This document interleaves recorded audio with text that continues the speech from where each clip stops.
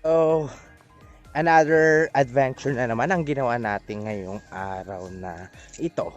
So, sa mga gustong mag swimming, ayan, may tent dito pero hindi nakakagandahan. But you know what? Pwede na siyang gawing tourist spot kasi napakaganda rin naman talaga. Ayan.